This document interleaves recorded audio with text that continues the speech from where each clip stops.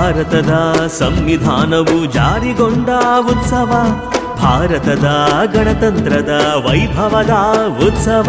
ಭಾರತದ ಸಂವಿಧಾನವು ಜಾರಿಗೊಂಡ ಉತ್ಸವ, ಭಾರತದ ಗಣತಂತ್ರದ ವೈಭವದ ಉತ್ಸವ.